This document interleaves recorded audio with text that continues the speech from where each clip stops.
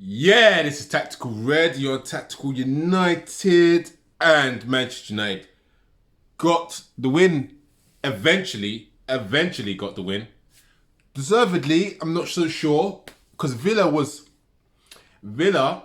doing bits. Let's be honest. Villa was doing bits. Villa was putting us under a lot of pressure, but we got the victory, and that's the main thing. We can still see, compared to a team that's coached, as in Aston Villa, that's coached, compared to Ole Gunnar Solskjaer's coaching, where it is non-existent. We can still see that, but we got the result. We created chances. We could have scored more goals. There's so many things to talk about. There's so many things to go through with this game. It was definitive. It was a definitive game. I'm gonna start off from the keeper. Yeah. De Gea stepped up. All the saves he should have saved, but you know what? He's been making howlers. No howlers. It's official. De Gea has stepped up. It's official. Because he hasn't done a howler for a while. Like, he hasn't. In a big game, no howlers, no mistakes. Proper. Okay, he's not great on crosses, but he never has been. Everything else, exceptional. The defense. Now, I've been talking about Eric Bailly for a long time. I've said for a long time, if you've been watching me, I said he's our best defender from when he was getting slandered, slaughtered, when people were saying he's rash, people were saying he's not good enough. Everybody knows he's injury prone, but I've been always saying he is our best defender, and he makes Maguire play better. Like, even Maguire was playing better. Maguire's still not a captain. Like, even did you see that at the end with Maguire when he was running and he's trying to tackle, he doesn't know how to tackle because he's not a great defender. Maguire's not a great defender. He's not great at tackling. He's not great at winning balls in the air because he gets out jumped hell of a lot. Like, when he's in the box, he's marking zones and the ball never goes near him. So he doesn't actually win headers. Like, people think he does, but he hardly does because he doesn't even go for the headers. The headers that he wins are basically on his head. It's basically to him. That's why he wins the header. But he played well. I'm not taking it away from him. He still played well. Luke Shaw is better than Telles. Yeah. Telles is good. Okay, maybe if Telles learned how to make runs like Luke Shaw does, but he doesn't. He doesn't make those. He doesn't make runs to the byline. He doesn't make runs to the byline. And because he doesn't do that, he's not a threat as a left back. He's not a threat as a left back. He can cross all day from like deep and stuff. Yeah, fine, good, great. But we need guys to make runs to the byline. And Telles doesn't do that. He doesn't. Like, Luke Shaw is better defensively too than him. And Luke Shaw is more of a threat than him. The pressure has been put on Luke Shaw. He has stepped up a little bit better. He's playing a little bit better than he did before Telles came. And I like it. I like the way he's playing. And from what my eyes can see, because I ain't got no agendas with anyone. Do you understand? I know certain fans have agendas. I have zero agendas. Luke Shaw is better than Telles from what my eyes tell me. That's what my eyes tell me. Simple as. Pogba on the left is interesting, It's interesting. It's very interesting. And it works a lot better than him anywhere else on the pitch that I've seen for Manchester United. He does play okay as a holding CDM. He does play okay. He plays okay. He doesn't play, magnificent. He plays okay as a holding CDM. But him from the left that he can drift and move where he wants is way better. It's more effective. It's more of a threat. It's more productive. It's more penetrative. There's more things happening around Pogba than any other time. There is. It's facts. Facts. That game was facts. Facts. That he does more attacking play on that left than anywhere else. And we are a better team, which is ultimately the goal. We are a better team with him on the left than anywhere else. It's interesting. It's interesting. Very interesting. Especially with like a proper game. That was a proper game. That was a real game. Aston Villa stuck it on us. I like Aston Villa. I respect their manager. I respect Aston Villa's players because they play ball. Respect it. I like what they do. I like what they do. McTominay, I've always said, I think he's average. He's still average. That game against Leeds is a one-off, and the proof is there because since then he's done nothing. Before then he done nothing. He is not a Manchester United starting midfielder. Like that, the whole team, right? The whole team. You put Van der Beek there or Matic there, and we become a better team, and we did become a better team with Matic there. Like McTominay brings nothing to the table except for fouls. And then when he's laughing after he fouls, because he knows he's shit. I'm shit. I'm getting away with it. I'm shit. He knows he's shit. Gave the ball away countless times. Distribution is poor. Like, he's not a starter for Manchester United. And I believe that Fergie is I believe Ollie doesn't even rate him. But Ollie respects Fergie so much. And let me tell you why Fergie wants McTominay in the team. Because I don't know if you guys witnessed, there was one time when Mourinho was talking to Fergie. I think it was like the Munich air disaster, like anniversary, 60th anniversary or something like that. And Fergie was talking to Mourinho and he said, you need to play Scott McTominay. That's what Fergie was saying to Mourinho on air. Everyone saw it. Now, that is a clear indication of Fergie loves this guy because he's Scottish and he thinks he's a Scottish Braveheart. He thinks he's Darren Fletcher 2.0. Whatever. That's great for Fergie to think that. But he's not. He isn't.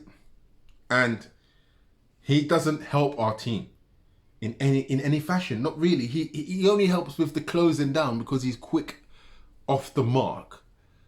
But he's not. Doesn't do anything else. The distribution is poor. The tackling is poor. The defensive reading is poor. The attacking, the through balls, the final ball is poor. Like, he can score here and there, but like, he's not that guy. He's not. And I'm happy Ollie took him off. I was so happy. I was like, I clapped because you know what? Ollie wouldn't have done that. But I clapped because Ollie realizes this game ain't no joke.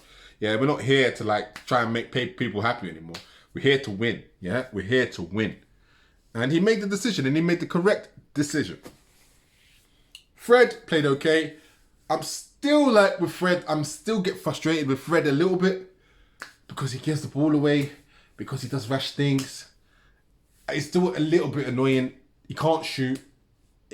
In the final third, he's basically he's meaningless in the final third. He shouldn't be in the final third. He brings nothing to the table. That ball over the top to, I think it was Pogba, was the first thing I've seen him do attacking that was good all season. He's not, and he has no attacking ability whatsoever. He's a good midfielder, good presser, good passer, sometimes good tackler, gets about the pitch. But in that final third, he's wash. He's wash. He's wash in the final third. Like, I don't want to see him in the final third. Martial, lovely goal, good header. I still think his movement could be better, but the movement for the goal was good. Rashford, I know what Rashford is doing. I kind of understand what he's trying to do. He's trying to like develop his game as he plays, which he is. And the dribbling and the hogging onto the ball and trying to score goals, I kind of get it. Because that's how you develop your game as an attacking, dribbling force. I get it. But it's frustrating. It is frustrating because there was a few opportunities where he could have passed and he didn't. But I know what he's trying to do. It's developing your game. Because once he starts getting those right, he's going to be one of the best. There's no doubt about it. If he continues to progress, he'll be one of the best. It's really simple. So yeah, man, we played well.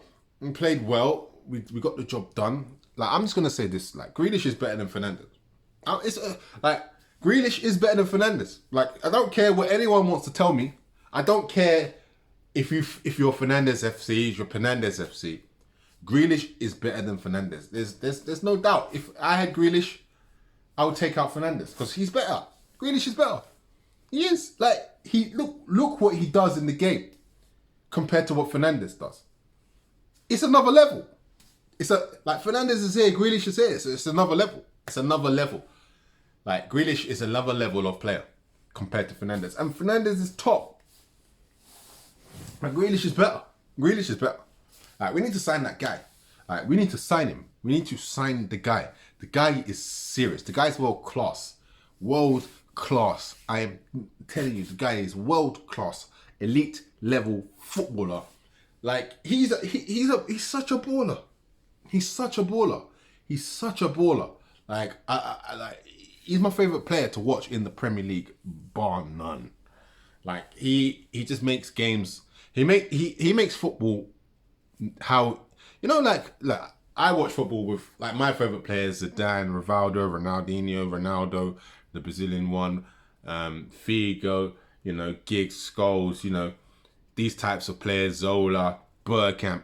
Like he reminds me of these guys. Like he reminds me of them.